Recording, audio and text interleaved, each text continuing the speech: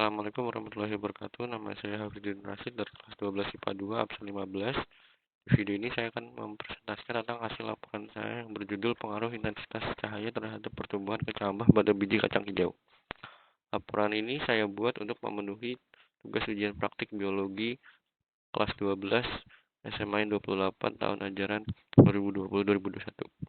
Tujuan dari penelitian ini yang pertama untuk mengetahui pengaruh cahaya terhadap pertumbuhan dan perkembangan kacang hijau. Yang kedua untuk mengetahui perbedaan pertumbuhan dan perkembangan biji kacang hijau yang diletakkan di lingkungan berbeda dengan intensitas cahaya yang berbeda. Adapun hipotesis saya di percobaan ini yaitu cahaya dapat mempengaruhi pertumbuhan dan perkembangan tanaman.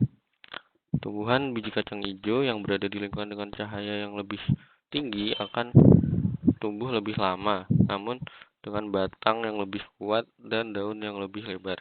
Sedangkan tanam biji kacang hijau yang tumbuh di intensitas cahaya rendah akan tumbuh dengan sangat cepat, namun memiliki batang yang lemah dan daun yang tipis. Percobaan ini saya menggunakan sampel biji kacang hijau, yaitu 15 butir biji kacang hijau yang dibagi menjadi 3 gelas.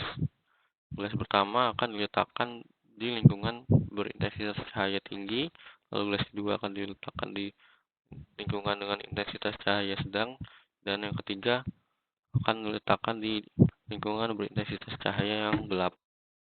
Hasil dari pengamatan saya selama seminggu yaitu biji kacang hijau yang diletakkan di lingkungan dengan intensitas cahaya tinggi akan tumbuh lebih lambat, namun memiliki batang yang lebih kuat, daun yang lebih lebar, dan warna batang yang hijau.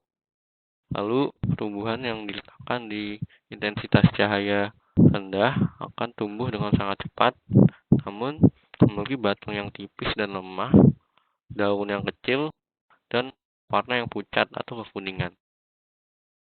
Peristiwa ini terjadi karena pengaruh fitohormon, terutama hormon auksin. Fungsi utama hormon auksin adalah sebagai pengatur pembesaran sel dan pemacu perpanjangan sel di daerah meristem ujung. Hormon auksin ini sangat peka terhadap cahaya matahari. Jika terkena cahaya matahari, hormon ini akan terurai dan rusak.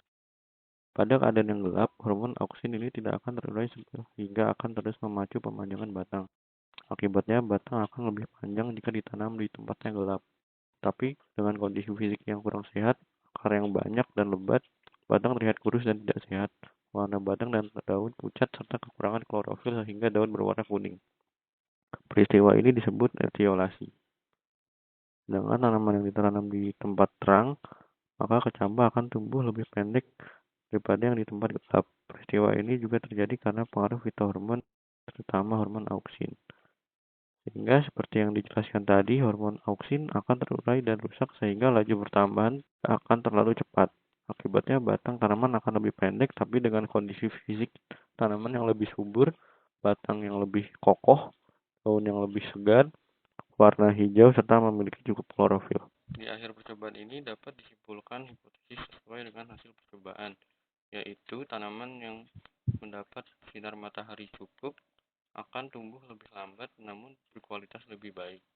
Sedangkan tanaman yang kurang mendapat cahaya akan tumbuh jauh lebih cepat namun dengan kualitas yang lebih buruk. Sekian dari saya, mohon maaf jika ada kekurangan dan kesalahan. Wassalamualaikum warahmatullahi wabarakatuh.